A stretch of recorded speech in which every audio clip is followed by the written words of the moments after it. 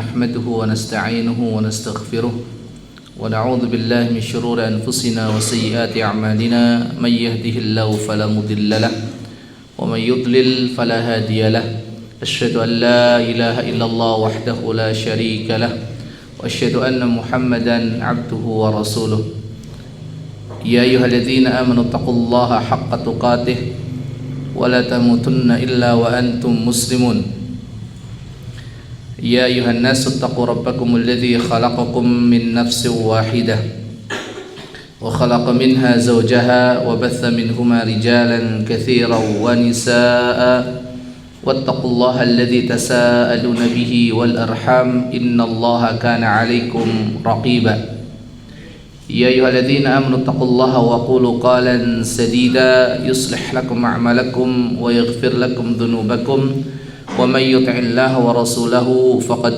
فاز فوزا عظيما أما بعد فإن أصدق الحديث كتاب الله وخير الهدى هدى محمد صلى الله عليه وعلى آله وسلم وشر الأمور محدثاتها وكل محدثة بدعة وكل بدعة ضلالة وكل ضلالة في النار. Masyarul muslimin wal muslimat, hadirin hadirat rahimani Allah wa iyyakum jami'an.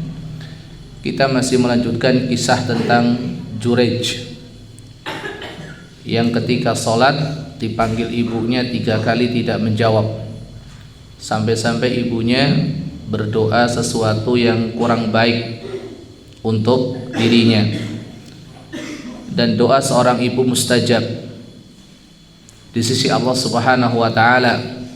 Maka Jurayj pun mendapatkan apa yang atau sebagaimana yang didoakan oleh ibunya, itu tentang datangnya seorang wanita tunasusila merayu dan menggodanya, akan tetapi beliau tidak bergeming rahimahullah.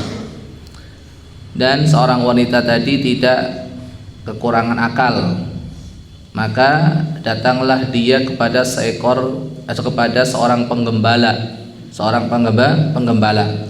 dan meminta kepada penggembala tadi untuk berbuat yang tidak baik kepadanya. Akhirnya hamil wanita ini. Lalu setelah melahirkan, datanglah wanita ini kepada kaum Bani Israel. Falamma waladat qalat huwa min Jurayj. Ketika melahirkan si bayi, maka wanita tadi pun mengatakan, ini anaknya Jurayj. Ini anaknya Jurayj, sesuai dengan apa yang menjadi doa ibunya. Setelah mendapatkan informasi bahwasanya anak yang lahir itu adalah anaknya Jurayj, apa yang dilakukan oleh orang kampung dari kalangan Bani Israel? Fa'atauhu wastanzaluhu wa hadamu sawma'atahu wa ja'alu yadribunahu. Mereka kemudian mendatangi Jurayj dan meminta Jurayj untuk turun dari tempat ibadahnya. Setelah itu mereka menghancurkan biara tempat ibadah si Jurayj dan memukuli Jurayj. Ikhwatal Islam wa khatifiddin, hadirin hadirat rahimani Allah wa iyyakum jami'an. Satu pelajaran penting adalah janganlah kita tergesa-gesa untuk mempercayai sebuah informasi, dan juga jangan cepat-cepat menghukumi sesuatu tanpa konfirmasi.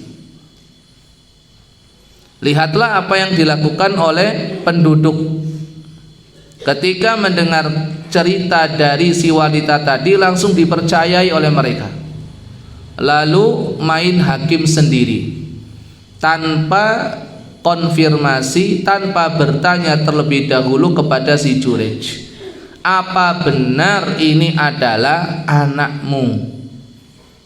Langsung Jurayj disuruh turun, dipukuli, tempat ibadahnya dihancurkan.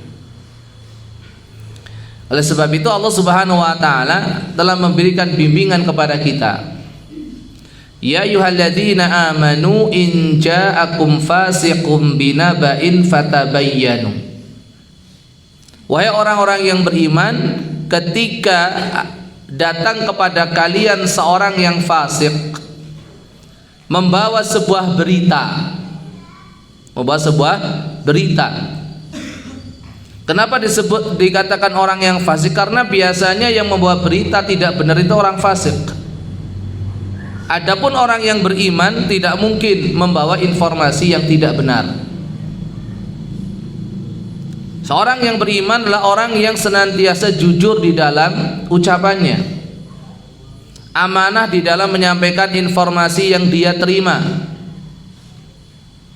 tidak menambah, tidak mengurangi apa yang dia dengarkan dari orang lain. Kalau memang layak untuk disampaikan, disampaikan. Kalau tidak, tidak.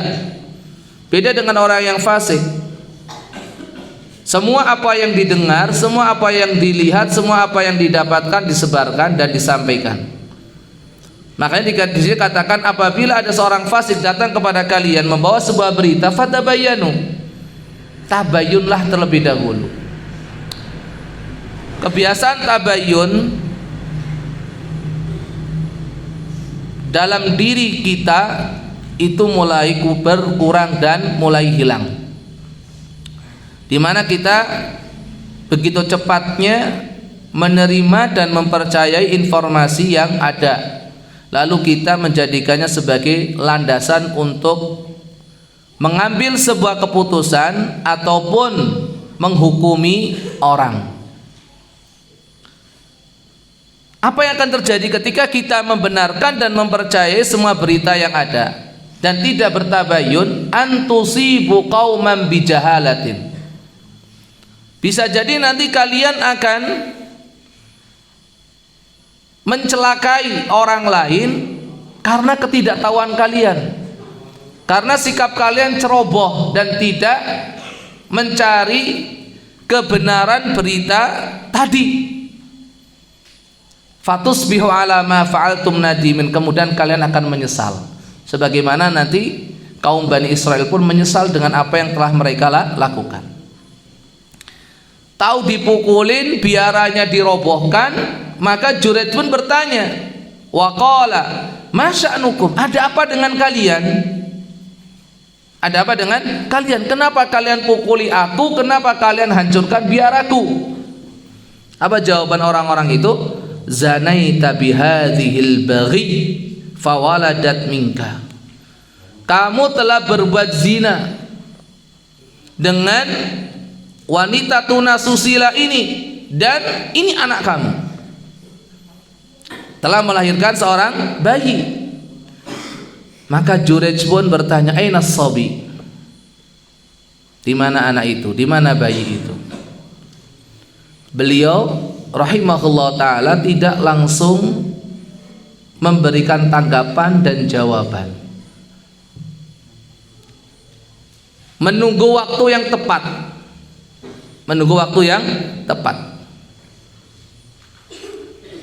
dan beliau tidak mau menjawab dari diri beliau sendiri. Makanya satu pelajaran penting, tidak selamanya kita buru-buru, kita cepat-cepat memberikan tanggapan atas sebuah hal, atas sebuah berita ataupun sebuah tuduhan. Biarkan dulu. Kalau sudah tepat waktunya untuk menjawab, jawablah. Sudah ada kesempatan untuk menanggapi, tanggapilah. Jangan terburu-buru untuk menanggapi, jangan langsung kemudian salah, nggak benar, saya nggak berbuat seperti itu dengan dia. Nah, beliau dengan tenangnya ini, sikap tenang dalam menghadapi masalah itu penting. Beliau dengan tenangnya bertanya, mana itu si bayi? Mana si bayi? Nggak ditanya mana wanita itu, tidak. Karena kalau wanita itu didatangkan, jelas dia akan membela diri dan membenarkan apa yang telah diucapkan, dan akan berusaha mencari sekian alasan untuk membenarkan apa yang telah dia lakukan, bahwasanya betul-betul itu anak Jurayj. Padahal bayi tadi kan nggak bisa ngapa-ngapain. Inilah karomah Jurayj nanti. Akhirnya faja'u bihi, mereka pun membawa si bayi tadi.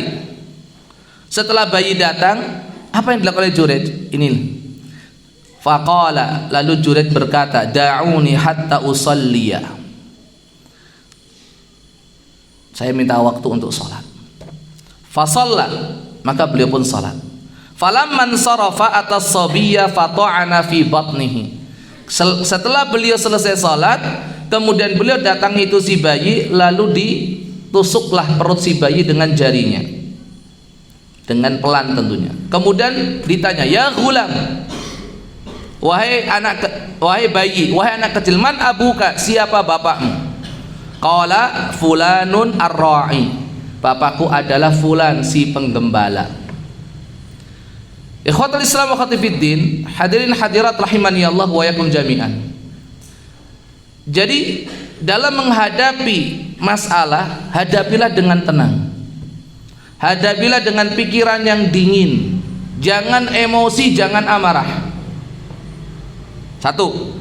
Yang kedua, praktekkan firman Allah Subhanahu wa taala, wasta'inu bis sabri was salah. Ya ayyuhalladzina amanu ista'inu bis sabri was salah.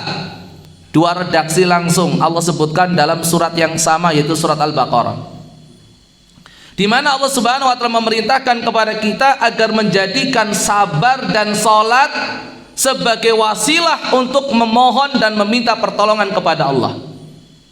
Dan itu dipraktikkan oleh Jurayj. Itu dipraktikkan oleh Jurayj. Oleh sebab itu, ikhwatul Islam wa khatifiddin, saudara-saudariku yang dimuliakan Allah Subhanahu wa taala, seberat apapun itu masalah, sesulit apapun itu masalah, gelar sajadah, lakukan salat, bermunajat kepada Allah, minta solusi, minta pertolongan, minta bantuan kepada Allah Azza wa Jalla. Sesulit apapun masalah yang sedang kita hadapi, serumit apapun problem yang sedang kita alami, serahkan semuanya kepada Allah, minta dengan sungguh-sungguh kepada Allah. Dan ini adalah metode Nabi alaihi salatu wasallam dalam menghadapi masalah. Kana idza hazabahu amrun shalla.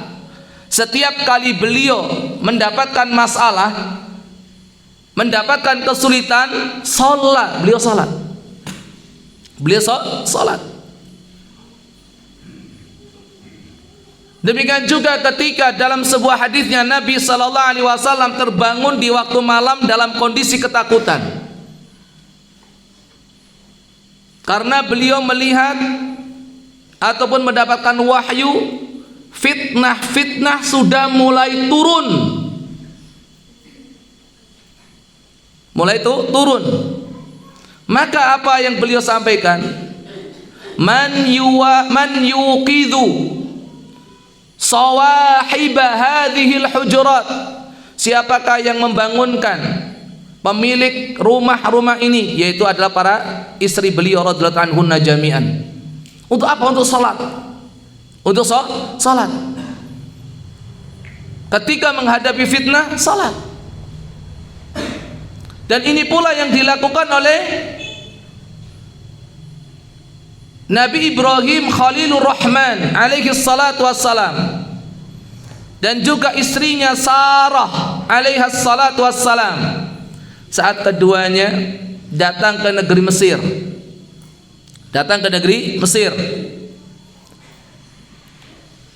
Dan Mesir pada waktu itu dikuasai oleh seorang raja yang zalim plus gila wanita.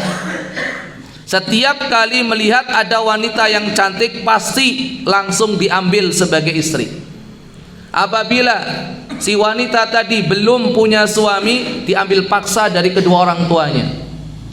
Apabila si wanita tadi sudah punya suami, maka suaminya dibunuh, lalu istrinya diambil. Dan Ibrahim alaihi salatu wassalam paham tentang kondisi itu. Maka ketika beliau bersama istrinya sampai ke Mesir,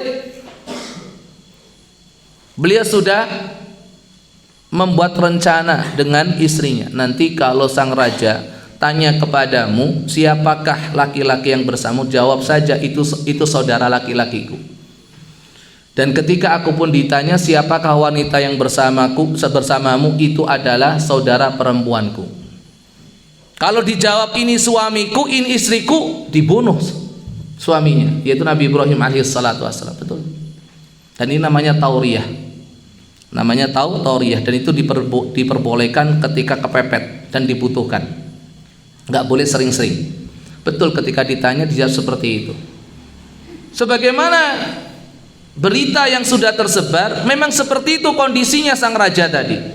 Langsung Sarah itu dibawa oleh para pengawalnya untuk dihadapkan kepada raja. Sebelum dibawa menghadap raja, apa yang dilakukan oleh Sarah alaihi salatu wassalam dan apa yang dilakukan Nabi Ibrahim alaihi salatu wassalam? Beliau berdua salat. Beliau berdua salat, berdoa kepada Allah, meminta keselamatan, meminta bantuan, meminta pertolongan. Allah memberikan pertolongan. Setiap kali raja mendekat kepada Sayyidah Sarah alaihi salatu wassalam, langsung lumpuh, tersungkur jatuh. Sampai 3 kali. Akhirnya sang raja memerintahkan kepada para pengawalnya, keluarkan wanita ini. Yang kalian bawa kepada saya bukan manusia, ini jin. Akhirnya dikembalikan kepada Nabi Ibrahim alaihissalatu wassalam. Dan saat Sarah kembali, Nabi Ibrahim alaihissalatu wassalam masih dalam kondisi salat. Masih dalam kondisi salat. Selamat dari gangguan sang raja, malah justru ketika pulang dihadiah seorang budak perempuan, yaitu Hajar, yang nanti dinikahi Nabi Ibrahim alaihissalatu wassalam dan melahirkan Nabi Ismail alaihissalatu wassalam. Lihat, salat. Perbaiki salat kita. Perbaiki salat kita. Ista'inu bis sabri was salah. Lihat apa yang Allah berikan kepada Jurej. Setelah selesai salat, didatangi itu si bayi. Kemudian ditanya, "Wahai bayi, siapa bapakmu?" Faidah yang kedua, penting, yaitu apa? Masalah keyakinan seorang Jurej rahimahullah ta'ala akan pertolongan Allah. Dia begitu yakin pasti Allah menolong, pasti Allah bantu. Karena secara logika, mana mungkin seorang bayi bisa ngomong?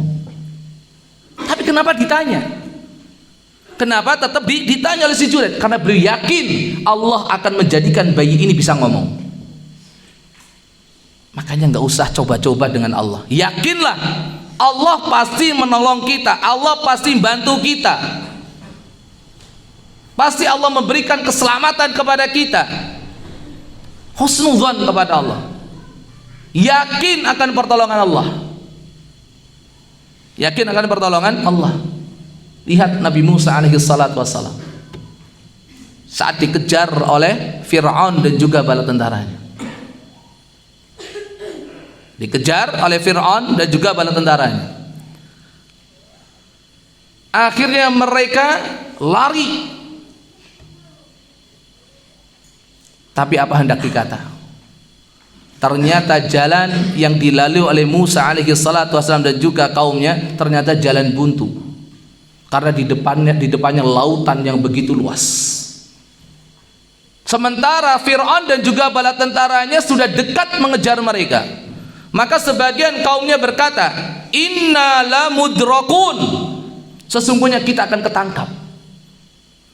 Tapi Nabi Musa alaihi salatu wassalam dengan penuh keyakinan, dia yakin, kuncinya yakin, dengan penuh keyakinan beliau mengatakan, "Kalla, tidak sama sekali. Inna ma'iya rabbi sayahdin. Inna ma'iya rabbi sayahdin." Tidak, Tuhanku bersamaku, pasti dia akan memberikan petunjuk kepadaku. Betul, tidak lama Allah turunkan wahyu kepada Nabi Musa alaihissalatu wassalam, "Anidrib bi'asaqal bahr." pukulkan tongkatmu Musa ke lautan. Fanfalaqa, maka terbentanglah, terpecahlah itu lautan menjadi dua bagian, terhampar jalan yang begitu panjang dan lebar, dan masing-masing sisi kata Allah kataudil azim, sebagaikan gunung yang tinggi. Lewatlah Musa bersama kaumnya, selamat dari kejaran Fir'aun, dan Allah menenggelamkan Fir'aun bersama bala tentaranya. Allah Akbar. Yakin, gak usah ragu-ragu, Ini Jurej alaihi rahimahullah ta'ala, dengan yakinnya dia bertanya kepada si bayi, padahal orang-orang jelas ini bayi, ngapain ditanya. Sama dengan Nabi Isa alaihi salatu wassalam, ketika ibundanya Maryam alaihi salatu wassalam dituduh dengan tuduhan yang tidak ada bukti dan tidak ada alasannya.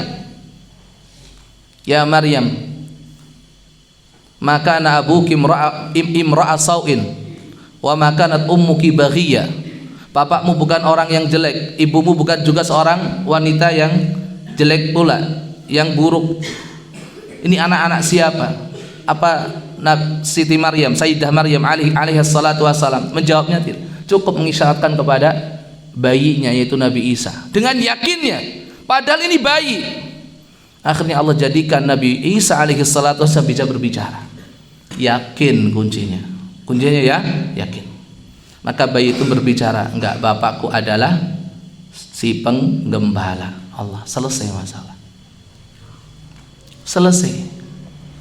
Enggak perlu gontok-gontokan, enggak perlu adu pendapat, gak perlu berdebat. Hadapi dengan tenang, yakin kalau kita benar, pasti Allah memberikan pertolongan, dan iringi dengan salat dan doa kepada Allah Azza wa Jalla. Gak usah banyak kita nanggapi, ngomentari, jawabin, capek. Dan pertolongan itu, jawaban itu tidak harus dari kita yang menjawab. Akan datang pertolongan Allah melalui orang lain. Yakinlah sudah. Ya. Kemudian apa yang terjadi? Fa'aqbalu ala Jurej yuqabbilunahu wa yatamassahuna bihi. Kemudian mereka mendatangi Jurej, minta maaf, mencium, ya apa namanya? Mencium Jurej, dan yatamassahuna bihi, mengelap-ngelap, ya. Artinya apa? Mereka minta maaf kepada Jurej. Wa qalu nabni laka sawma'ataka min dhahab. Kami akan membangun kembali biaramu dari emas. Tapi apa kata Jurej? La, tidak. Aiduha min tinin kama kanat. Kembalikan bangunan biaraku seperti semula saja, dari tanah liat biasa. Fafa'alu, maka mereka pun melakukan. Ada dua faedah penting di sini. Yang pertama adalah, barang siapa yang merusak harta milik orang lain, maka dia harus menggantinya. Dia harus bertanggung jawab untuk memperbaikinya. Kalau seandainya sudah tidak bisa diperbaiki, maka diganti dengan yang semisal, jika barang itu ada padanannya. Kalau tidak, maka diganti dengan uang seharga barang tersebut. Barang siapa yang merusak harta milik orang lain, barang milik orang lain, maka dia harus bertanggung jawab untuk memperbaikinya. Dia harus bertanggung jawab untuk menggantinya. Ini dilakukan oleh kaum Bani Israel kepada Jurej rahimahullahu ta'ala. Dan gantinya adalah yang serupa atau yang sama, yang sama. Kalau tidak ada padanannya, maka diganti dengan uang senilai barang tersebut. Kemudian yang kedua adalah kezuhudan dari Jurej. Beliau tidak memiliki sifat tamak terhadap harta. Mungkin kalau ini terjadi kepada salah seorang di antara kita,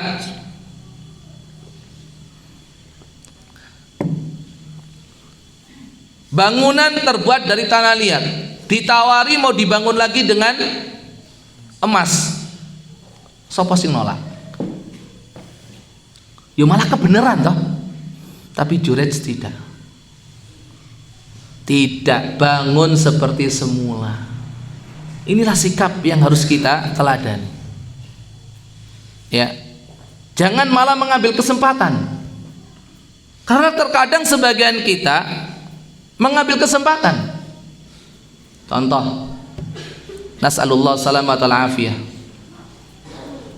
Lagi berkendara di jalan terjadi insiden. Wis podo-podo rusake motore. Kan gitu kan? Sama-sama rusak. Sajane kerusakan itu mungkin dibawa ke bengkel hanya habis 100.000 atau 200.000. Tapi kita ngotot, enggak, pokoknya kalau enggak 500.000 ayo kita selesaikan ke polisi. Ya Allah ya Rabb, padahal podo-podo koncone ya rusak. Mungkin kadang kita yang salah, kan gitu kan. Maka dari itu janganlah kita suka memanfaatkan kesempatan untuk kepentingan diri kita. Jurayj tidak menggunakan kesempatan ini untuk apa? Memperkaya diri, untuk diri sendiri. Oh yus kebetulan sudah bangunkan dari emas. Tidak. Tapi beliau minta dibangunkan seperti semula saja. Ini sekali lagi jangan tamak. Ya, jangan tamak.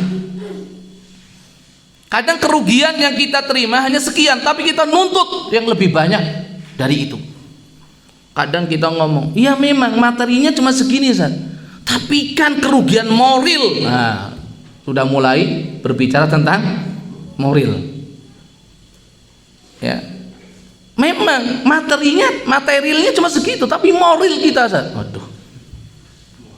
Nah, berapa ukurannya? Ya kan? Ukurannya berapa? Itu orang bisa saja ngomong samaunya bisa. Harus 1 juta, kok bisa 1 juta? Wong ini kerugian cuma 100.000, 200.000. Ini kerugian moralnya mana? Masya Allah, ini tidak seperti itu. Nah, ini pelajaran penting. Setiap masalah selesaikan dan jangan mengambil kesempatan untuk kepentingan pribadi masing-masing. Itu bayi yang kedua yang bisa ngomong. Bayi yang ketiga, wa baina sabiyyun yarda'u min ummihi famarra rajulun raqibun ala dabbatin farihah wa syaratin hasanah. Ada seorang bayi yang sedang menyusu ibunya, lalu lewatlah seseorang laki-laki yang mengendarai kendaraan yang begitu mewah. Kendaraannya mewah dan pakai pakaian yang begitu indah. Mobilnya mewah, pakaiannya indah. Wah, ini mesti orang kaya. Nah, ini penampilan sultan gitu ya. Maka ibunya melihat orang yang kayak gitu berkata, Allahumma ij'al ibni mithla hadha. Allahumma ij'al ibni mithla hadha. Ya Allah, jadikan anakku muga-muga kaya wong iki. Ya Allah, jadikan anakku seperti orang ini. Spontan si bayi fatarokat saja, si bayi langsung melepaskan susunya, melepaskan susuannya. Wa aqbala ilaihi, kemudian melihat laki-laki tadi. Fanadhara ilaihi, noleh kepada laki-laki tadi dan melihatnya. Faqala, si bayi kemudian berkata, si bayi bisa bicara, Allahumma la taj'alni mithlahu, ya Allah jangan kau jadikan aku seperti dia. Thumma aqbala ala thadjihi faja'ala yartadi'u, kemudian kembali nyusu. Guru ngomong itu tak, menanggapi ucapan doa dari ibunya. Kemudian kata perawi daripada hadis ini, yaitu Abu Hurairah radhiyallahu anhu warda, fa ka'anni anzuru ila Rasulillah sallallahu alaihi wasallam wa huwa yahki irtida'ahu bi isba'ihi sabbabati fi famihi faja'ala yamussuha. Kemudian aku melihat Rasulullah SAW mempraktekkan bagaimana si bayi itu nyusu. Beliau mengisyaratkan dengan jari telunjuknya, kemudian memasukkannya ke dalam mulutnya, kemudian beliau menyedotnya, mempraktekkan bagaimana bayi itu nyusu. Kemudian wa marru bi jariyatin wa hum yadribunaha wa yaqulun zanaiti sarakti. Kemudian lewat lagi, yang lewat ini seorang budak perempuan. Kalau tadi seorang sultan, ya, seorang laki-laki merdeka, kaya raya, mewah mobilnya, indah pakaiannya. Yang kedua ini seorang budak perempuan, diseret sama orang-orang dan dipukuli. Lantas dituduh, zanaiti sarakti, kamu telah berbuat zina, kamu telah mencuri, kata mereka kepada budak perempuan tadi. Tapi budak perempuan tadi tidak menjawab sepatah kata pun, kecuali ucapan hasbiyallah wa ni'mal wakil. Gak berteriak-teriak, gak menangis dengan suara histeris, tidak pula menjawab apa yang dikatakan orang-orang, cukup mengucapkan hasbiyallah wa ni'mal wakil. Kemudian melihat yang seperti itu, ibunya kembali berdoa, Allahumma la taj'al ibni mithlaha. Ya Allah, jangan engkau jadikan putraku seperti wanita ini. Seperti yang pertama, fataraqar radha'a wa nadhara ilaiha. Si bayi tadi kemudian melepas susuannya, lalu melihat kepada wanita tersebut, lantas berdoa, Allahumma ij'alni mithlaha. Ya Allah, jadikan aku seperti dia.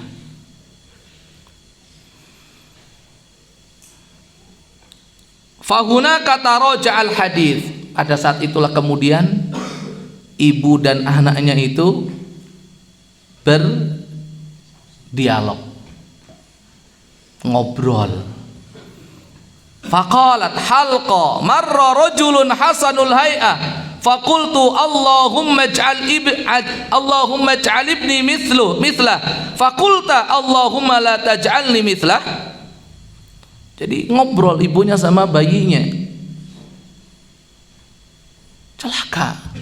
Tadi ketika ada seorang laki-laki pakai pakaian yang bagus, naik kendaraan yang mewah, kemudian aku berdoa untukmu, ya Allah jadikan anakku itu seperti dia, engkau malah menjawab, ya Allah jadikan aku jangan seperti dia. Kok kamu balas gitu? Sementara wa marru bi hadhil amati wa hum yadribunaha wa yaqulun zanaiti sarakti faqultu Allahumma la taj'al ibni mithlaha faqulta Allahumma ij'alni mithlaha. Sementara ketika orang-orang menyeret seorang budak perempuan, memukulinya, kemudian mengatakan kamu telah berbuat zina, kamu telah mencuri, lalu aku berdoa kepada Allah, ya Allah janganlah engkau jadikan anakku seperti dia. Engkau malah menjawab, ya Allah jadikan aku seperti dia. Masya Allah. Lantas apa yang terjadi? Inna dzakar rajul kana jabbaran. Si bayi ini jawab, orang yang pertama tadi adalah orang yang jahat, diktator, orang yang tidak baik. Makanya aku berdoa kepada Allah, faqultullahumma la taj'alni mithlahu. Maka aku berdoa kepada Allah, janganlah engkau jadikan aku seperti dia. Aku enggak mau seperti dia. Dia orangnya kejam, orangnya enggak baik, orangnya jahat. Kemudian berkaitan dengan hamba sahaya perempuan tadi, wa inna hadhihi yaquluna laha zanaiti wa lam tazni.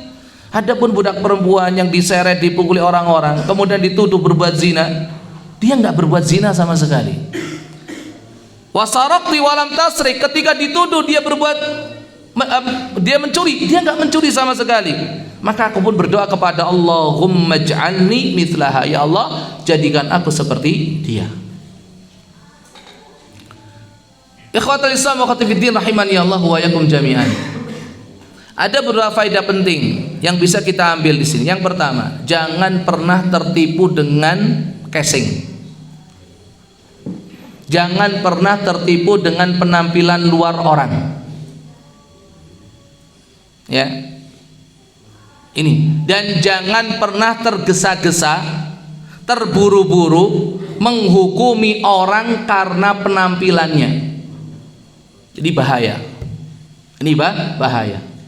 Tapi apa hendak dikata, kita hidup di zaman yang seperti ini, di mana orang lebih banyak memperhatikan casing daripada isi. Ya kan? Makanya ya, bagaimana caranya memperbagus bungkus tapi lupa isi. Ora apa-apa, sing penting bungkusnya gede, kuadone apik, jebule jerone sampah. Sabun mending bisa digunakan, kadang di prank isinya sampah.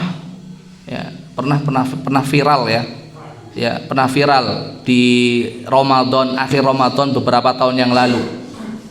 Ya, kiriman parcel kan gitu kan, ternyata dalamnya apa? Sampah, cuma kerdus-kerdus bekas, kemudian sampah plastik dan sebagainya. Tapi indah banget, itulah. Makanya seni membungkus kado sekarang dipelajari kok. Bener, iya kan? Piye carane membungkus sesuatu yang tidak baik kelihatan menarik? Itu dipelajari. Dipelajari, maka hati-hati. Maka hati-hati.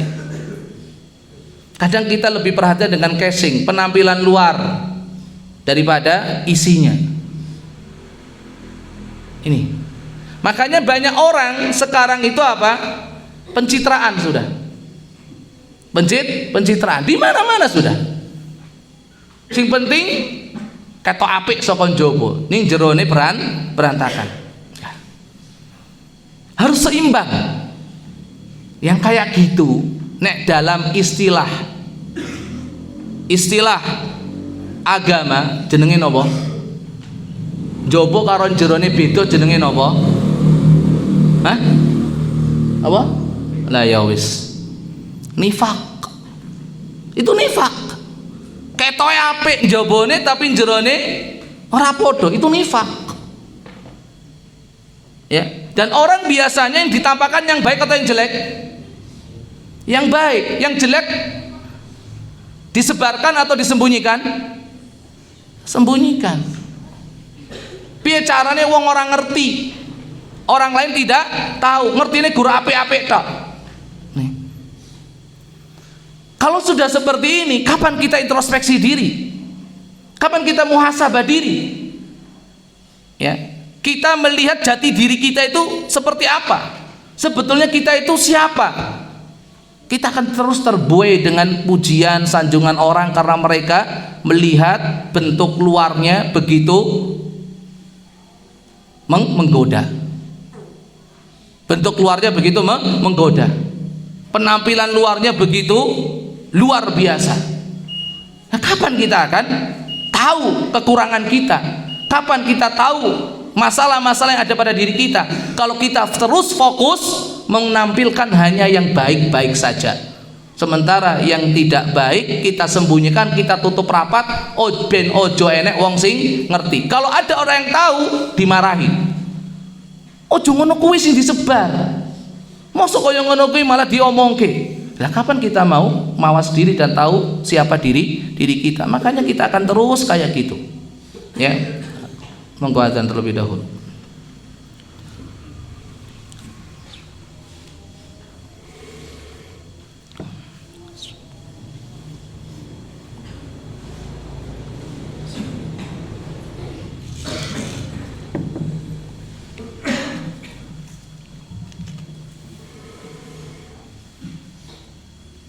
Allahu Akbar, Allahu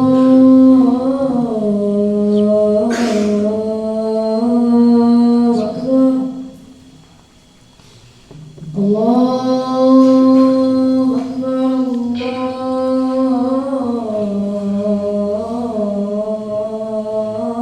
Allahu Akbar. Asyhadu an la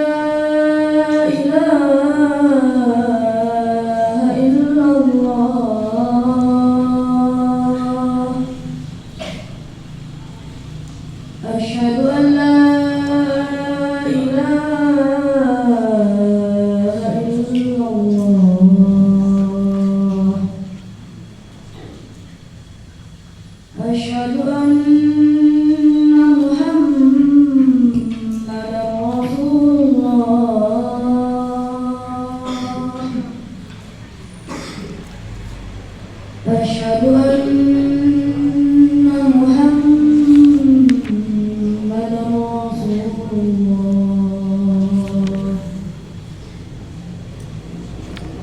على الصلاة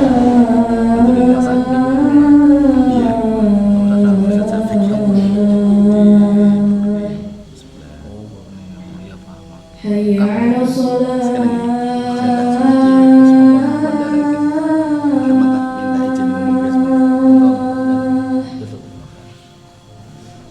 حي على الفلاح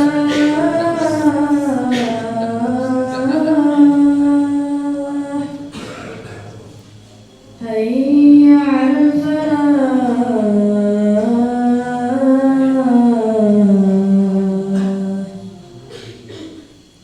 الله أكبر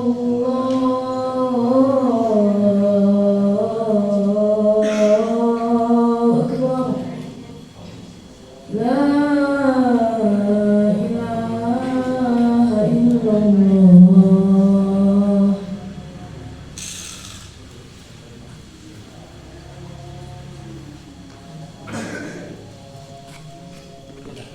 Cek.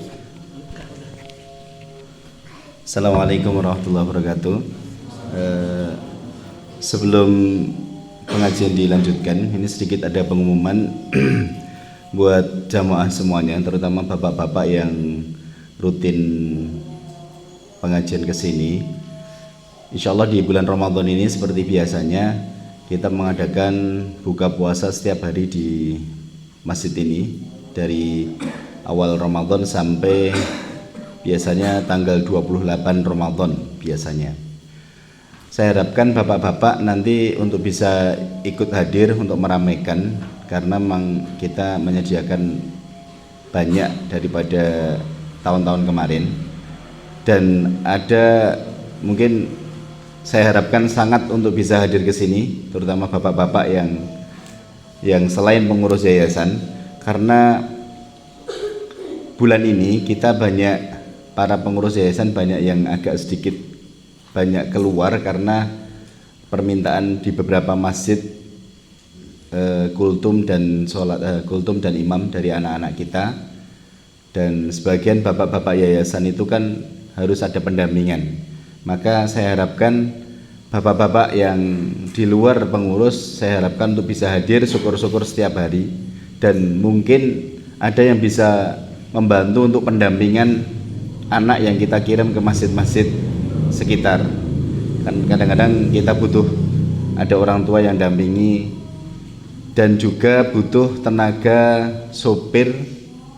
Yang penting tenaga sopir, kalau mobil insya Allah bisa diusahakan, tapi kalau ada yang punya mobil longgar juga bisa didaftarkan ke panitia Ustadz Muhammad Adianto atau Mas Pur. Makatan yang bisa saya sampaikan, mudah-mudahan sebagai kebaikan buat kita semuanya. Sekali lagi saya harapkan untuk bisa diajak buka puasa keluarganya di sini, dan ibu-ibunya juga dibutuhkan tenaganya, mungkin membantu isah-isah persiapan sebelum Ramadan. Nanti bagi yang punya istri yang pengen ikut andil dalam kebaikan ini, nanti bisa mendaftar ke Pak Anto atau Mas Pur. Begitu yang bisa saya sampaikan. Assalamualaikum warahmatullahi wabarakatuh. Assalamualaikum. Apa ini? Assalamualaikum.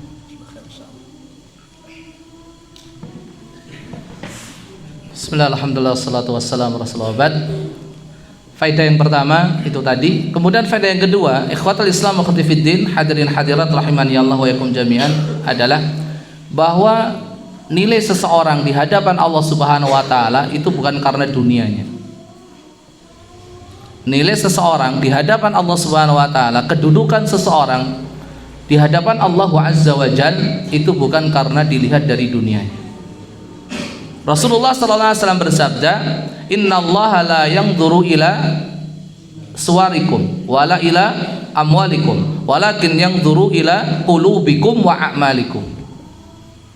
Allah tidak melihat rupa kalian, penampilan kalian, bentuk kalian, dan Allah juga tidak melihat harta kalian.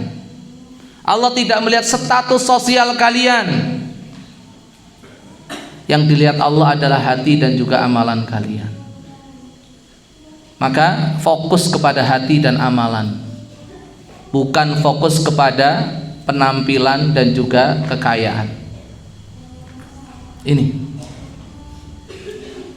Abdullah bin Mas'ud radhiyallahu anhu warta, beliau seorang sahabat yang mulia, tapi kemuliaan beliau radhiyallahu anhu warta bukan karena hartanya, bukan pula karena status sosialnya, bukan pula karena bentuk tubuhnya atau rupanya atau penampilannya, tidak, tapi karena ketakwaannya kepada Allah. Makanya ketika para sahabat radhiyallahu anhum ajmain secara spontan begitu melihat betis Abdullah bin Mas'ud radhiyallahu anhu yang begitu kecilnya, mereka ketawa. Mereka kan ketawa. Betisnya cilik banget. Ya, mungkin saya ini kena angin wae mabur. Kecil beliau. Tapi kemudian Rasulullah SAW bertanya, "Mimma tadhakun?" Kenapa kalian ketawa? Binti sakai Abdullah bin Mas'ud. Kami ketawa karena melihat begitu kecilnya betis Abdullah bin Mas'ud radhiyallahu anhu. Apa kata Nabi SAW? Bahwasanya kedua betis Abdullah bin Mas'ud radhiyallahu anhu yang kecil itu sungguh di akhirat lebih berat di dalam timbangan daripada gunung Uhud. Masya Allah. Jadi nilai seseorang itu dilihat oleh Allah bukan karena fisiknya, bukan karena hartanya, bukan karena kekayaannya, tapi karena hati dan juga amalan. Maka fokuslah kepada hati dan amalan kita. Ini. Kemudian yang ketiga, yang ketiga adalah bahwa harapan setiap orang tua pastilah yang terbaik untuk anak-anak. Lihatlah bagaimana sang ibu tadi berdoa untuk bayinya yang terbaik menurut kacamata beliau. Melihat orang kaya, ya, banyak harta, punya mobil, punya kendaraan, bajunya bagus, ya ingin seperti itu. Tapi giliran melihat seorang hamba sahaya diseret, dihina, dipukulin, difitnah, ya jangan jadi seperti itu. Yang kita ambil adalah bahwasanya orang tua bagaimanapun beliau pastilah menginginkan anak-anaknya lebih baik daripada bapak dan ibu, lebih baik daripada orang tuanya. Maka adik-adik, gak ada orang tua yang menginginkan keburukan dan kejelekan buat anak-anak. Ini harus kita pegang. Ini harus kita pegang. Gak ada dimanapun orang tua yang menginginkan anaknya itu tidak baik. Cuma kadang persepsi itu yang berbeda. Kadang menurut orang tua yang baik adalah ini, tapi menurut anak tidak. Makanya di akhir hadis terjadi dialog antara si bayi dengan ibunya. Makanya ketika ada perbedaan cara pandang antara kita dan juga orang tua kita, bukan lantas kemudian kita marah, kita mutung, kita putus asa, bukan, diskusikan. Kenapa menurut kita ini yang baik? Tidak sependapat dengan apa yang dikatakan orang tua kita, diskusikan, dialogkan, musyawarahkan. Apalagi nanti kalau antum-antum ini sudah dewasa, sudah dewasa. Kalau memang antum ngerti, paham, punya ilmunya, apa yang diharapkan dan apa yang diinginkan orang tua kita kok gak sesuai dengan syariat, dengan agama, ya obrolin, diskusikan, ingetin, nasihatin dengan lemah lembut, dengan baik. Sebagaimana bayi tadi, ya, dialog dengan ibunya pengen seperti itu, tapi dia nggak mau. Kenapa? Oh ini, ibunya nggak pingin anaknya seperti itu, tapi malah anaknya pingin kayak gitu. Kenapa? Dia diskusikan. Orang tua pun harus seperti itu. Ya, jangan diktator. Jangan diktator. Pingin ini, orang gelem koyo ngene, ojo dadi anakku. Lah apa dadak dilahirke?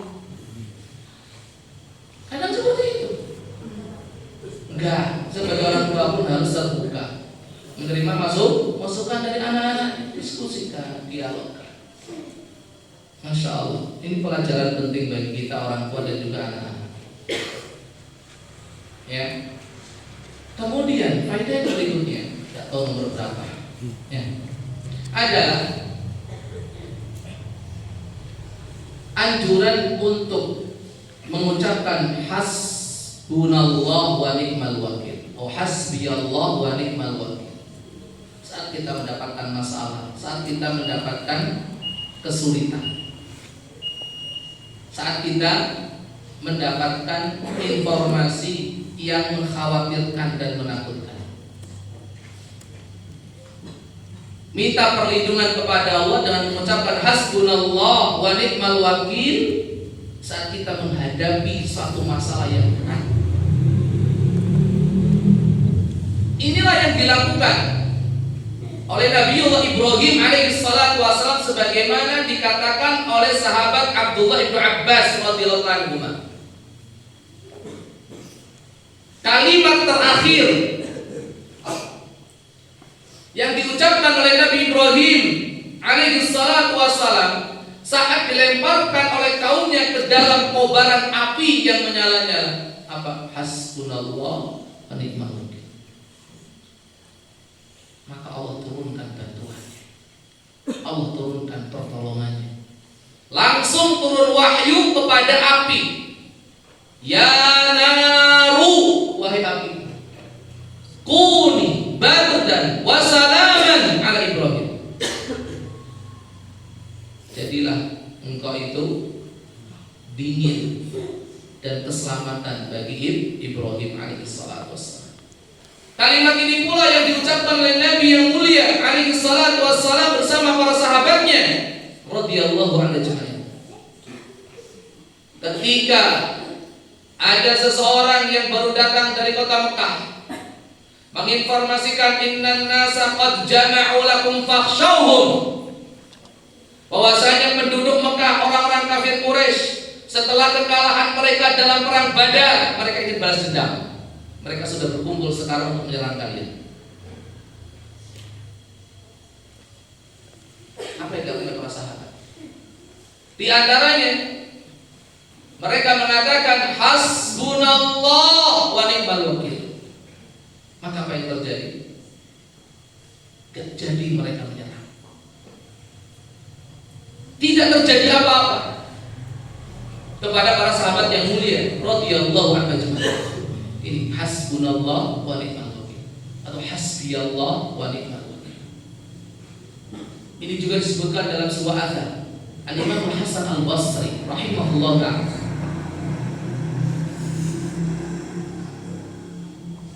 Saat beliau dipanggil oleh Al-Hajjaj Ibnu Yusuf, dan orang kalau sudah punya masalah dengan Al-Hajjaj Ibnu Yusuf, nyawanya sudah di ujung tanduk. Nyawanya sudah di ujung tanduk. Pedang sudah terhunus. Pedang sudah terhunus. Apa yang dikatakan dan terus diucapkan, dilantunkan, dibaca oleh Al-Hasan Al-Basri rahimahullah ta'ala ketika memasuki ruangan tempat Al-Hajjaj Ibnu Yusuf memanggil. Beliau senantiasa mengulang-ulangi hasbunallah wa ni'mal wakil, hasbunallah wa ni'mal wakil. Selamat Al-Hajjaj Ibnu Yusuf yang tadinya sudah marah kepada Al-Imam Hasan Al-Basri rahimahullah ta'ala atau ulama tabi'in yang lain karena lupa, malah jadi lemah lembut ngomongnya, sopan bicaranya, malah ketika pulang dikasih hadiah pula, gak jadi dimarahin, gak jadi dibunuh. Masya Allah, yakin akan pertolongan Allah dan berdoa tawakal kepada Allah Subhanahu wa ta'ala. Hasbiyallah wa ni'mal wakil. Kemudian pada yang berikutnya adalah apa? Pentingnya kita mengoreksi doa yang salah. Ketika sudah kita terlanjur kita berdoa dengan doa yang salah, atau ada orang lain yang berdoa dengan doa yang salah, segera susul dengan doa yang baik. Doa yang baik. Lihatlah ketika ibunya mengatakan Allahumma ij'al ibni mithlahu, langsung ditimpali sama anaknya. Allahumma la taj'alni mithlahu. Ketika ibunya mengatakan Allahumma la taj'al ibni mithlaha, langsung ditimpali Allahumma ij'alni mithlaha. Ini langsung susul. Ya, makanya Ustaz, gimana kalau seandainya saya sudah terlanjur mendoakan kejelekan buat si fulan? Gimana? Langsung disusul dengan doa kebaikan untuk si fulan. Susul dengan doa kebaikan untuk si fulan. Ini nggak tahu hadis yang keberapa dalam kitab bab huququl walidain. Hadis yang berikutnya masih tentang kaitannya dengan doa orang tua itu mustajab. Doa orang tua itu mustajab. Tadi doa ibunda Jurej rahimahumullah. Kalau sekarang adalah tentang bahwasanya salah satu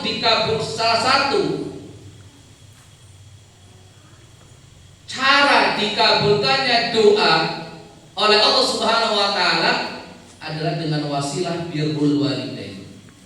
Jadi birrul walidain sababun li ijabati ad-da'wah. Birrul walidain itu merupakan satu sebab doa itu dikabulkan oleh Allah Subhanahu wa taala. Birrul walidain merupakan satu sebab seseorang itu Allah berikan pertolongan dan bantuan saat menghadapi masalah dan kesulitan. Disebutkan di sini hadis yang diriwayatkan oleh Imam Bukhari nomor 2333 dan Imam Muslim nomor 2743. An Abdullah bin Umar radhiyallahu anhuma an Rasulillah sallallahu alaihi wasallam annahu qala. Diriwayatkan dari Abdullah bin Umar radhiyallahu anhuma dari Rasulullah sallallahu alaihi wasallam bahwasanya beliau bersabda. Ini hadis sudah sering disampaikan, sudah sering didengar tentang 3 orang pemuda yang terjebak di dalam gua. Ini faedah dari hadis ini banyak sekali.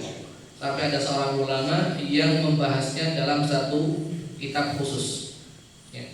Bainama salasatu nafarin yatamasyauna akhadahumul matar fa'awaw ila gharin fi jabalin fanhattat ala fami gharihim sahratun minal jabali fantabaqat alaihim.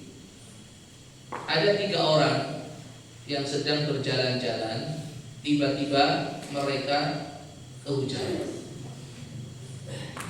Kemudian mereka mencari tempat berlindung, didapatilah sebuah gua yang ada di gunung. Biasanya gua-gua itu ada di perbukitan. Akhirnya mereka masuk ke dalam gua tadi. Sudah masuk, tiba-tiba ada sebongkah batu besar yang terjatuh dari atas dan menutupi pintu gua.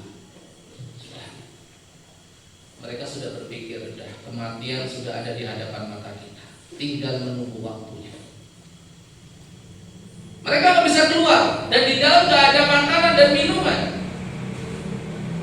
Tapi ternyata salah seorang di antara mereka ataupun mereka sedang berdiskusi.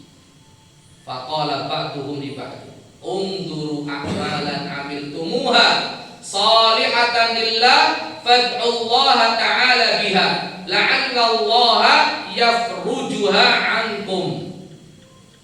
Cobalah kalian lihat, adakah amalan-amalan kalian yang kalian lakukan ya betul-betul niatnya ikhlas karena Allah. Kalau sudah kalian dapatkan, berdoalah kepada Allah dengan bertawasul menggunakan amalan-amalan tadi. Semoga Allah Subhanahu wa taala ya memberikan jalan keluar kepada kalian. Insyaallah. Ada beberapa pelajaran penting. Yang pertama, ingatlah Allah saat kita mendapatkan masalah. Ingatlah Allah saat kita mendapatkan kesulitan. Jadikan Allah yang pertama untuk menjadi tempat curhatan. Allah senang. Jangan lupakan Allah, jangan tinggalkan Allah, jangan nomor sekiankan Allah saat kita ingin menyelesaikan masalah yang sedang kita hadapi. Lihatlah tiga pemuda ini, begitu mendapatkan masalah yang teringat oleh mereka Allah, berdoa kepada Allah, minta kepada Allah. Kalau kita kadang Allah di nomor sekian, yang penting usaha dulu, sesuai dengan kemampuan kita, sesuai dengan ilmu kita, kekuatan kita. Nanti baru minta tolong sama orang lain, sesama manusia. Allah nanti dulu. Kalau udah kepepet, jadikan Allah yang pertama dari saja. Jadikan Allah yang pertama dan yang terakhir dalam setiap masalah kita. Ini, ya. Kadang kita ketika punya masalah langsung buat status, ya kan? Buat status. Curhat sama teman. Kenapa nggak curhat sama Allah? Kenapa nggak kita adukan sama Allah? Satu. Yang kedua, masyru'iyatut tawassul bil a'malis salihah. Pensyariatan bertawassul dalam doa-doa kita menggunakan amal saleh.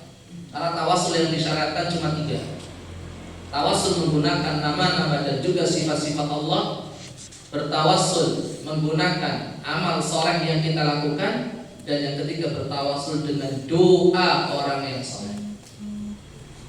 Sebagaimana tawassulnya Umar radhiyallahu anhu dengan doanya Al-Abbas, paman Rasulullah sallallahu alaihi wasallam. Bagaimana caranya? Orang yang soleh tadi kita minta berdoa, kemudian kita mengamini. Itu caranya bertawassul dengan doa orang yang soleh. Ya, bukan jalur didongake ini awet dhewe ngamini. Minta didoakan dan dia ngamini, sebagaimana praktek yang dilakukan oleh Umar radhiyallahu anhu ketika bertawassul dengan doanya Al-Abbas, paman Rasulullah sallallahu alaihi wasallam radhiyallahu anhu. Selain itu enggak boleh. Selain itu tidak boleh. Kemudian faedah yang ketiga, ingatlah wahai saudara-saudari, amal soleh yang kita lakukan itu tidak sia-sia. Itu akan kita butuhkan suatu saat nanti. Suatu saat nanti. Ya, maka jangan pernah bosan, jangan pernah lelah untuk terus berbuat baik. Insya Allah kita nanti akan memetik hasil. Sangat kita membutuhkan. Yang keempat, bahwa amalan soleh yang akan memberikan manfaat,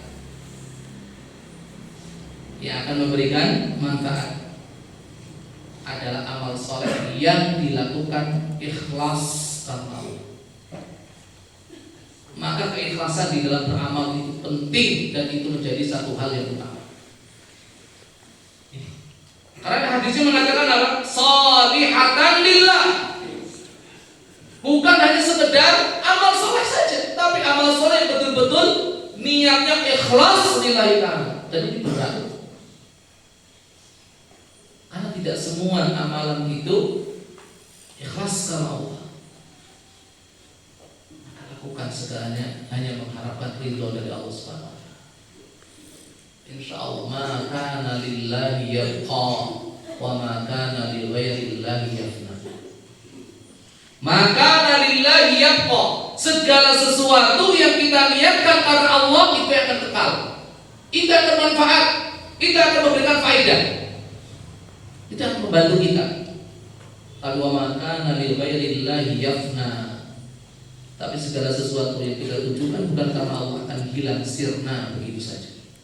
Habaan manthura, bagaikan debu yang berterbangan. Tidak ada akal, tidak ada manfaat.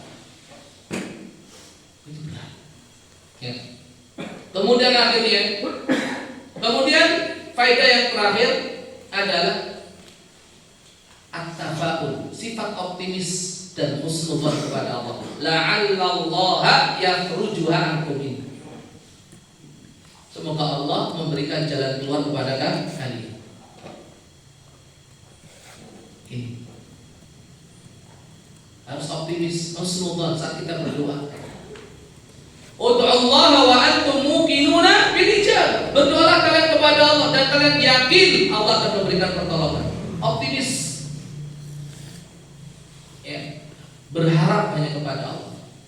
Lantas kemudian salah seorang di antara mereka pun berdoa. Faqala ahaduhum, Allahumma innahu kana li walidan shaykhani kabiran wa imraati wa liya sibyatun sighar ar'a alaihim fa idza arahtu alaihim halaktu fa bada'tu biwalidayya fasaqaituhuma qabla baniyya wa annahu na'a bi dhata yawmin al-shajaru falam ati hatta amsaytu fawajadtuhuma qad nama fahalaktu kama kuntu ahlubu faji'tu bil hilabi faqumtu 'inda ru'usihima akrahu an uqidhahuma min nawmihima wa akrahu an asqiya as-sibyata qablahuma was-sibyatu yatadaghawna 'inda qadamayya falam yazal dhalika da'bi wa da'bahum hatta tala'a al-fajr fa in kunta ta'lamu anni fa'altu dhalika ibtigha'a wajhi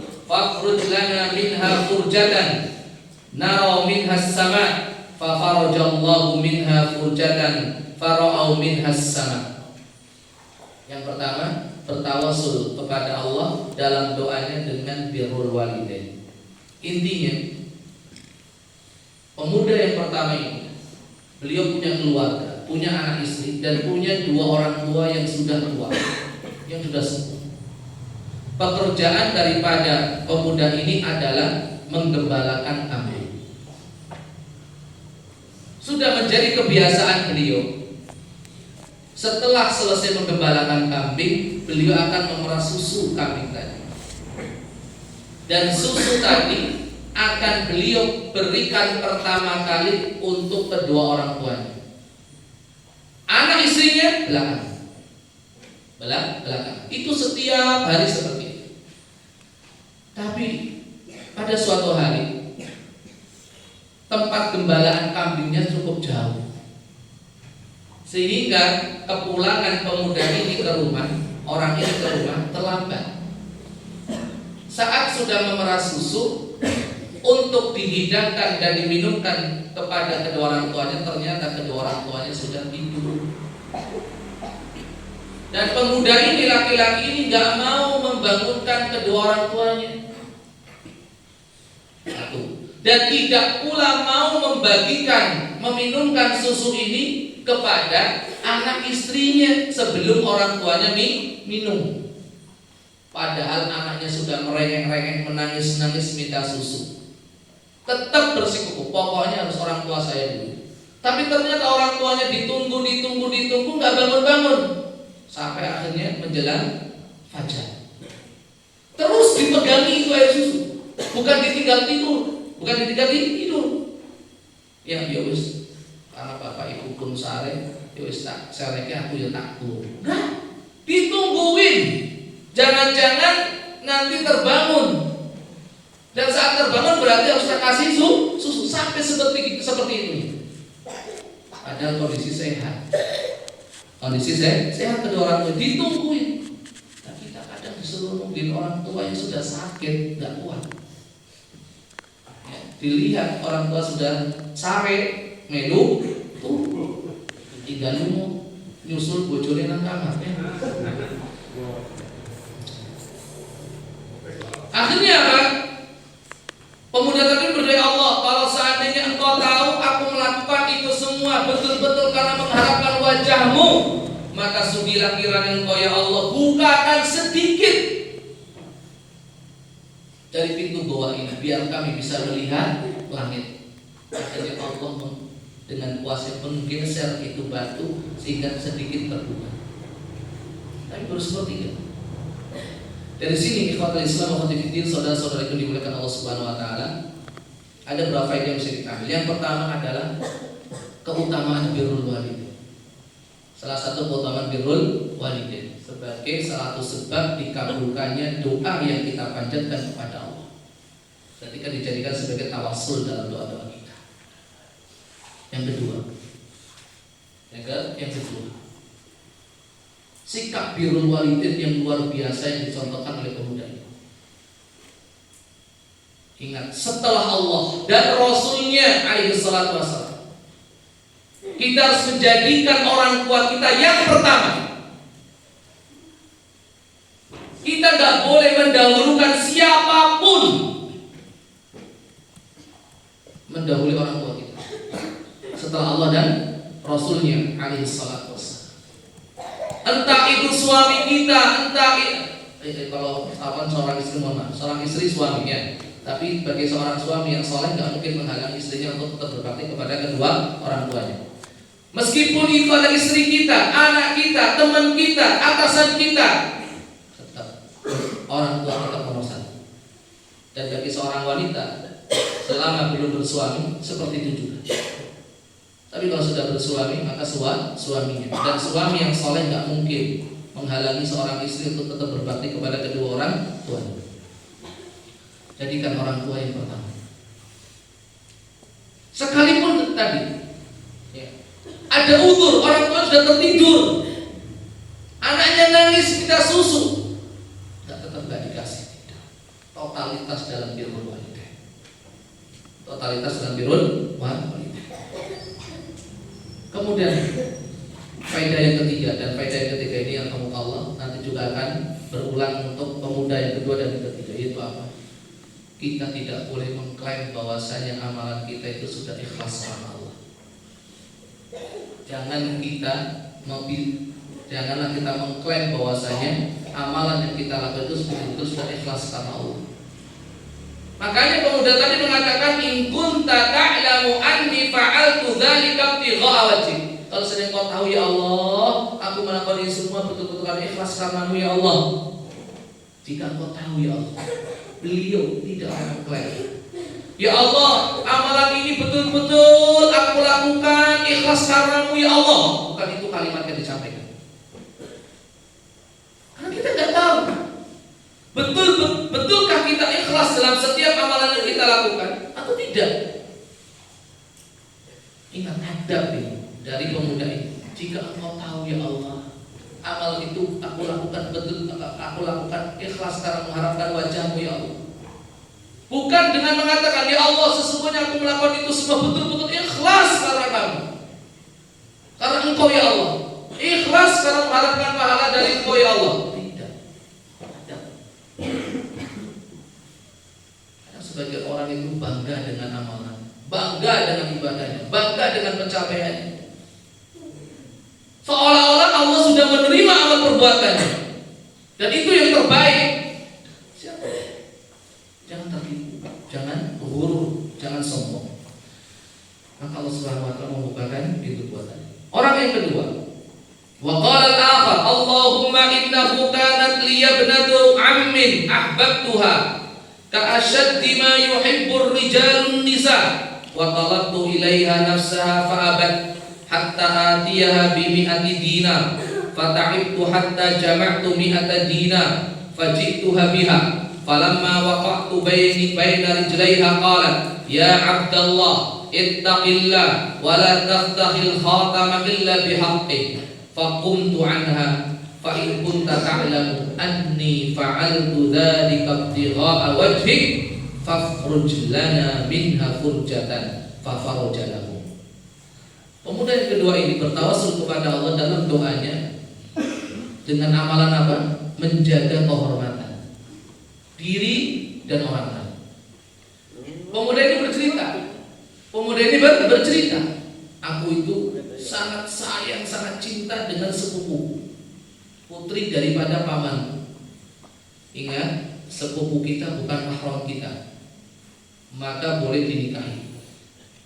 Oleh sebab itu kita harus berhati-hati, karena sebagian orang menyepelekannya. Anak dari paman kita, bibi kita dengan kita itu bukan mahram. Maka nggak boleh kita boncengan, ya, kemudian kita berduaan dengannya. Haram, itu bukan mahram kita. Ya. Maka harus hati-hati nanti pas lebaran. Nggak boleh kita salaman, nggak boleh salaman, karena itu bukan mahram kita. Bibinya iya, bibi kita iya, orang tuanya iya. Ya, tapi anaknya bukan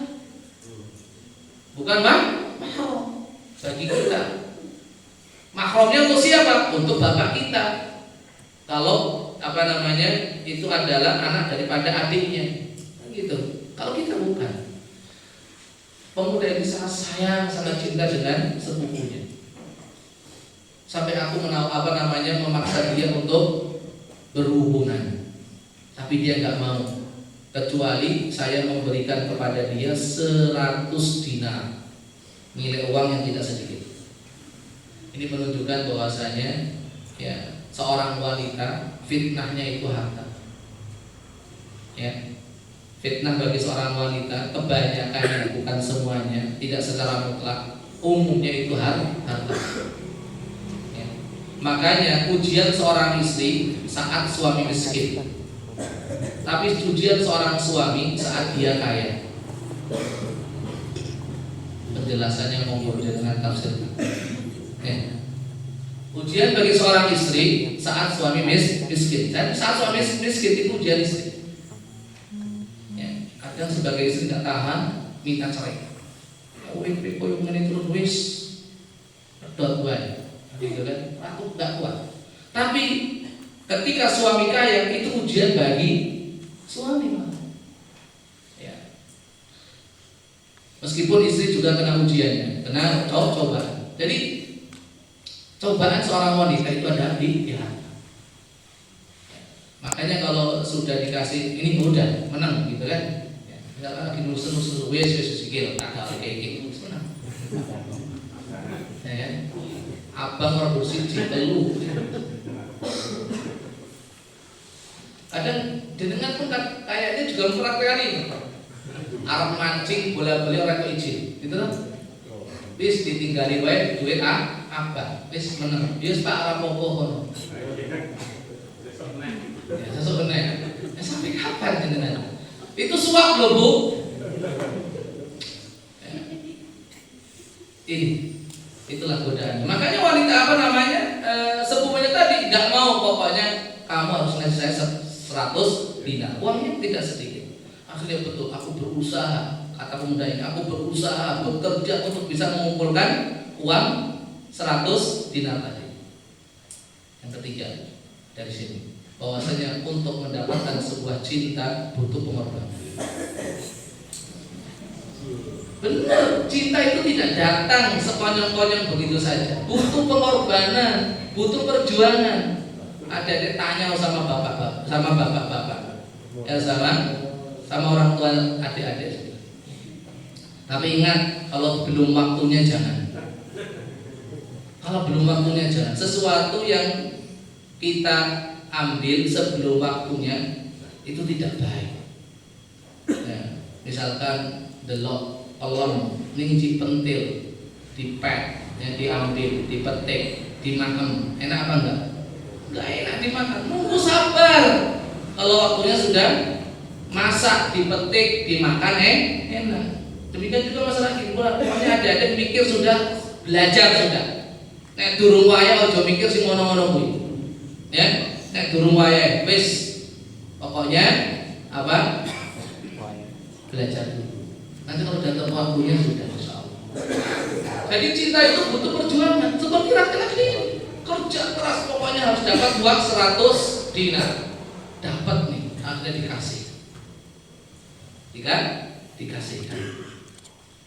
Tapi begitu mau, ya udah mau kan, janjinya seperti itu. Kemudian bilang ittaqillah, diingatkan, bertakwalah kepada Allah. Akhirnya sadar, oh ya ini perbuatan dosa. Akhirnya kemudian ditinggalkan. Dalam berat yang lain dikatakan, ya sudah ditinggalkan, kemudian uang 100 dinar itu tidak dikembalikan, nggak mau dikembalikan, sudah itu sedekah buat kamu. Masya Allah. Makanya keutamaan menjaga kehormatan. Ini faedah yang ketiga, keutamaan menjaga kehormatan. Dan kisah yang paling menakjubkan dalam hal ini adalah kisah Nabi Yusuf alaihissalam. Kisah Nabi Yusuf alaihissalam intinya sabar, menjaga kehormatan. Makanya dikisahkan turun balik tutup telinga. Turun balik tutup telinga ya. Nabi Yusuf alaihissalam ketika menjaga kehormatannya saat diajak oleh majikan perempuannya, istri dari pembesar Mesir, untuk melakukan hal yang tidak baik, menolak. Padahal beliau seorang pemuda di negeri yang asing, di rumah gak ada siapa-siapa, yang ingin adalah wanitanya, cantik pula, punya kedudukan, pintu rumah, jendela sudah ditutup semuanya, gak ada siapa-siapa. Tapi beliau takut kepada Allah Subhanahu wa Ta'ala. Makanya salah satu keutamaan menjaga kehormatan adalah mendapatkan naungan dari Allah Subhanahu wa Ta'ala di hari di mana tiada naungan kecuali naungan dari ini. Wa rajulun da'athu imra'atun dzatu mansibin wa jamal. Faqala inni akhafu.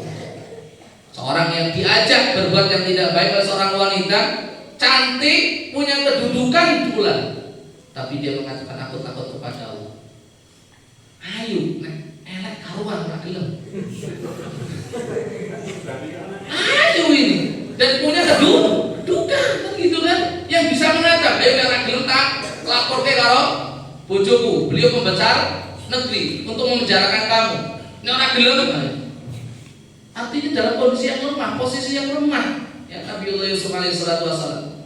Tapi beliau mengatakan, maaf Allah, tidak aku berlindung kepada Allah Subhanahu wa Ta'ala. Tidak bisa mendapatkan hal itu karena haram, Allah menggantinya dengan hal yang sama saat halal. Makanya ada kaidah man taraka lillahi awwadahullahu, man taraka syai'an lillah awwadahullahu khairan minhu. Barang siapa yang meninggalkan sesuatu karena Allah, maka Allah akan ganti sesuatu yang lebih baik. Ternyata Nabi Yusuf alaihissalam dapat pula istri dari para pembesar Mesir, dan ternyata selama ini suaminya belum pernah menjamah istrinya. Nah tuh, makanya sabar. Nah, sabar. Nek wis waktune orang bakal hilang. Sudah. Ya, sudah sekarang belajar. Gak usah pikirin yang macam-macam ya. Kemudian pemuda yang terakhir, sampai situ aja dulu yang nomor 2. Nanti kalau dipanjang-panjang malah ini masalahnya jam 8 biasanya kita selesai. Yang nomor 3, Allahumma wa qala al-akhar, Allahumma inni kuntu sta'jartu ajiran bi faraqi aruzzin falamma qada amalahu qala a'tini haqqi fa'aradtu alayhi faraqahu faraghiba anhu falam azal azra'uhu hatta jama'tu minhu baqaran wa ri'a'aha faja'ani faqal ittaqillah wa la tadlimni haqqi qultu idhab ila tilkal baqari wa ri'a'iha fakhudha faqala ittaqillah wa la tastahzi' bi faqultu inni la astahzi'u bika khudh dhalikal baqara wa ri'a'aha fa akhadhaha fa dhahaba bihi fa in kunta ta'lamu anni fa'altu dhalika ibtigha'a wajhik fafruj lana ma baqiya fa farajallahu ma baqiya. Yang ketiga adalah orang ini sebagai bos, majikan, ya, memperkerjakan seorang pegawai pekerja, ya, dengan nanti dikasih dikasih bayarannya berupa padi. Setelah selesai dia bekerja, kemudian berkata, "Atini haqqi." Tolong berikan hak saya. Kemudian aku menolaknya. Fa'aradtu alaihi faraqahu. Fa'aradtu alaihi faraqahu. Kemudian aku berikan aku perlihatkan upahnya, yaitu apa? Padi tadi kepada dia. Fagharaghiba anhu, tapi dia enggak mau menerima saat itu. Kemudian aku apakan? Aku tanam itu padi. Terus tanam sampai berkembang kemudian hasil panennya aku belikan sapi, aku gembalakan sampai berkembang biak. Kemudian suatu saat pegawai itu datang dan meminta kembali upahnya. Kemudian aku berkata, lihatlah itu sapi-sapi yang ada di lembah itu adalah milikku, ambillah.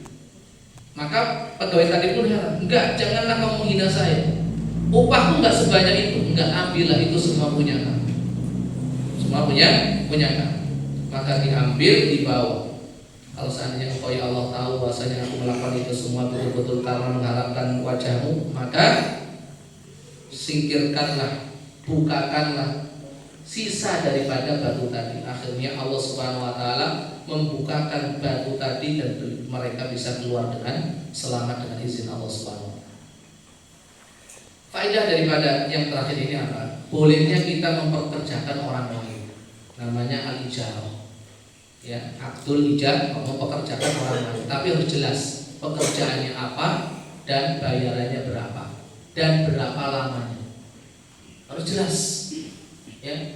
Jangan kemudian membuat kontrak kerja tapi nggak jelas upaya piro sak kelasnya, kapan bayarannya sak duwe ini. Itu nggak pas, itu nggak benar. Ya, sukarela, tapi kalau kerja harus jelas. Ya. Pekerjaannya pun juga harus jelas, waktunya pun harus jelas sampai kapan dan kapan pembayarannya. Pokoknya semua harus jelas, transparan. Kalau tidak transparan maka tidak boleh. Yang abu-abu tidak boleh. Kemudian yang kedua, kewajiban memberikan upah kepada pegawai sesuai dengan haknya. Makanya Rasulullah SAW menyatakan, "Uqtul ajira ajrahu qabla an yajifa araquhu." Berikan pekerjamu upahnya sebelum kering keringatnya. Ya. Bukan berarti kemudian kita nunggu kering dulu. Ini kering apa? Dulu berarti itu lumayan. Orang kering berarti lumayan. Yo biar kering itu nang omah. Barang dus. Iki kerja ya mesti mulai iki keringetan kan gitu kan. Oh berarti kok. Lah kok diupai kan keringetnya turun. Enggak boleh deh. Maksudnya apa? Kita diperintahkan untuk mempercepat pembayaran sesuai dengan kesepakatan. Enggak boleh ditunda-tunda. Karena Nabi SAW bersabda, matlul ghaniyyi dzulmun. Matlul ghaniyyi dzulmun, menunda-nunda saat kita punya dan mampu membayarnya dan memberikannya itu kezaliman. Dua, yang ketiga, bolehnya kita mengembangkan harta milik orang lain yang sekiranya itu menguntungkan tanpa seizinnya. Tanpa seizinnya. Ini majikan ini ketika pegawainya pekerja nggak mau ngambil upah berupa apa? Berupa padi. Apa yang dilakukan oleh majikannya? Ditanam padi itu sehingga sampai berkembang, hasil panennya dipakai untuk beli sapi. Beli sapi. Boleh tanpa seizin, tapi untuk hal-hal yang dikira menguntungkan. Kalau seandainya itu akan merugikan, maka tidak diperbolehkan. Kalau saya nekat, nanti dia harus mengganti. Nah, terus bagaimana kalau seandainya untung terus? Maka karena dia melakukannya tanpa izin, semuanya menjadi hak milik pemilik modal. Gak boleh diambil sepeser pun. Nah, kalau kesel, ngopeni, ngerawat, ngembangke, kalau penak tuh dari lima hasilnya. Ya siapa sih ngkon? Siapa yang nyuruh kan gitu kan? Maka nggak boleh ngambil sepeser pun. Nah, kalau seandainya mau ngambil, gimana caranya? Ada dua solusi. Solusi yang pertama, dibuatlah akad ijarah. Berarti akad ijarah pakai upah. Biasanya nek ngopeni sawah sedino piro. Berapa hari dia ngopeni? Kira-kira ketika mengembalakan binatang ternak sehari upahnya berapa? Berapa hari dia melakukannya? Itu pakai akdul ijarah. Dikasih upah. Ujratul mithal, yaitu upah yang standar. Atau yang kedua dengan akdu al-mudharabah. akad bagi hasil. Akad bagi hasil sesuai dengan kesepakatan. Ya, itu solusinya itu. Kalau memang mau gontok-gontokan, maka as-sulhunya, islahnya, solusinya seperti itu. Akdul mudharabah, ya, bagi hak hasil. Ya, kira-kira pemilik modal dikurangi modalnya dulu, modalnya ini punya kamu. Nah, ini yang dibagi hasilnya, bukan plus modalnya. Kadang kita dalam menggunakan akad mudharabah keliru. Yang dihitung semuanya modal plus keuntungan, baru dibagi sesuai dengan persentase yang disepakati. Enggak, yang dibagi itu hasilnya minus modal. Jangan diikutkan. Nanti kalau diikutkan yang rugi ya yang pemilik modal, sing untung ya yang menjalankan. Nah, itu caranya. Kemudian yang berikutnya, ikhwatul Islam wa khatibiddin rahimani Allah wa ikum jami'an, pentingnya amanah dalam menjaga harta milik orang lain. Amanah, ya. Ya. Pemuda ini, majikan ini tahu ini adalah harta milik bukan punya dia, tapi dia tidak menyia-nyiakannya. Dijaga, bahkan dikembangkan. Sampai bertambah. Karena kita itu kurang perhatian dalam merawat amanah orang lain. Nuwun sewu, apalagi kita yang bergelut di bidang yayasan, lembaga pendidikan.